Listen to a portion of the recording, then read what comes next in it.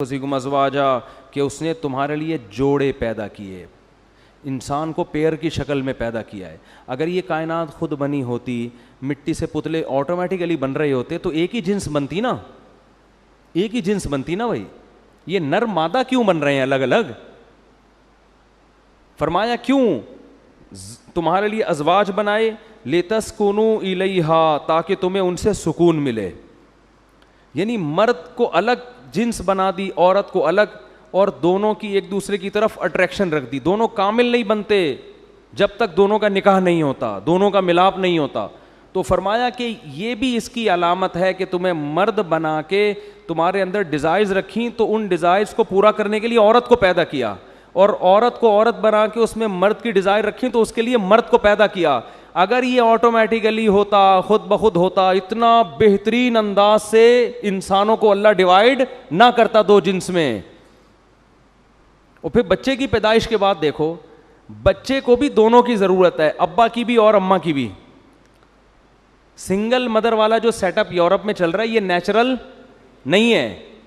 ماں سے الگ قسم کی محبت ملتی ہے اور باپ سے الگ، تو فطرت ایک ہی چیز سے کتنے کام لے رہی ہے، الگ الگ جنس میں بنا کے دونوں کے سکون کا ذریعہ بنایا، اولاد کی پیدائش کا ذریعہ بنایا، پھر بچے کی تربیت کا بھی دونوں کو ذریعہ بنا دیا کہ بچے کو ماں بھی چاہیے اور ایک عدد باپ بھی چاہیے بچے کو۔ تو اللہ فرماتے ہیں یہ اس کی نشانیوں میں سے ایک نشانی ہے۔ فرمایا وجعل بینکم مودۃ ورحمہ، اس نے تمہارے لیے جوڑے پیدا کیے اور تمہارے درمیان رحمت اور بے پناہ محبت رکھ دی اس نے۔ مودہ کہتے ہیں بے پناہ محبت۔ کیا مطلب؟ کہ عورت بالکل ایک اجنبی ہوتی ہے جس سے آپ نکاح کرتے ہو، مگر اللہ کہتے ہیں اس اجنبی، تم بھی اس کے لیے اجنبی اور وہ بھی تمہارے لیے اجنبی، لیکن تم دونوں کے درمیان جتنی محبت رکھی اتنی کسی اور میں نہیں رکھی۔ ایسی محبت ورحمہ، اور صرف محبت نہیں رحمت بھی رکھ دی۔ رحمت کا کیا مطلب ہے؟ ایک دوسرے پہ رحم بھی آتا ہے دونوں کو۔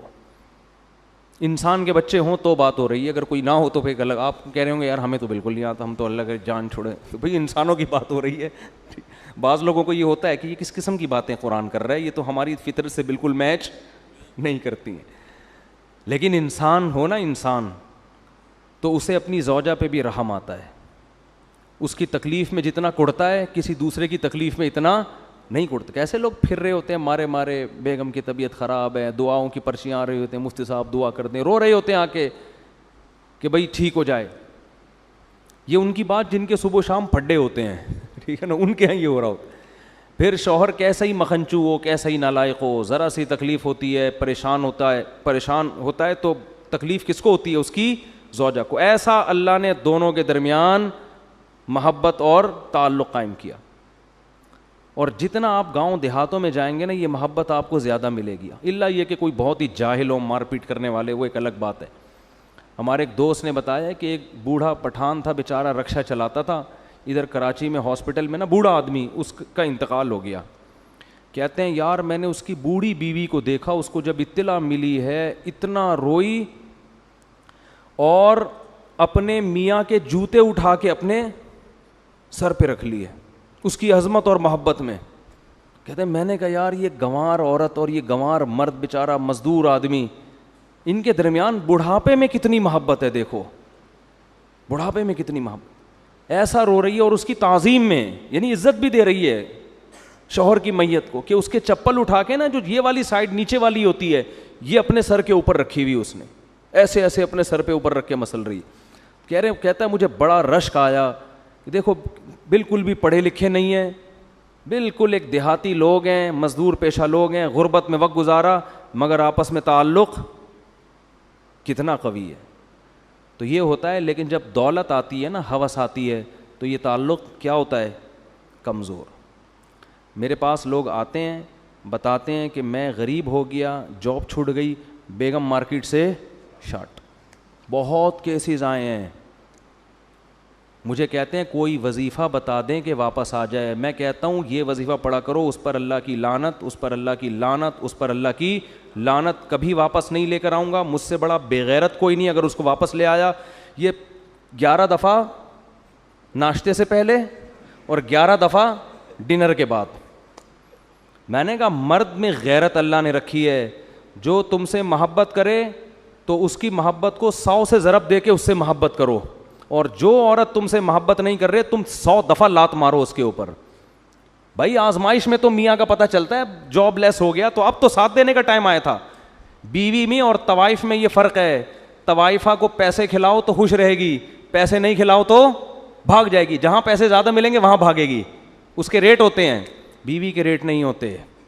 وہ غم میں بھی آپ کا ساتھ دیتی ہے اور وہ خوشی میں بھی آپ کا ساتھ دیتی ہے. کوئی بات نہیں, قدرت کی طرف سے اگر جاب لیس ہو گئے تو اس کو بولو بھائی میں بھی سوکھی روٹی کھا رہا ہوں, میرے ساتھ تم نے بھی کیا کرنا ہے, سوکھی روٹی کا.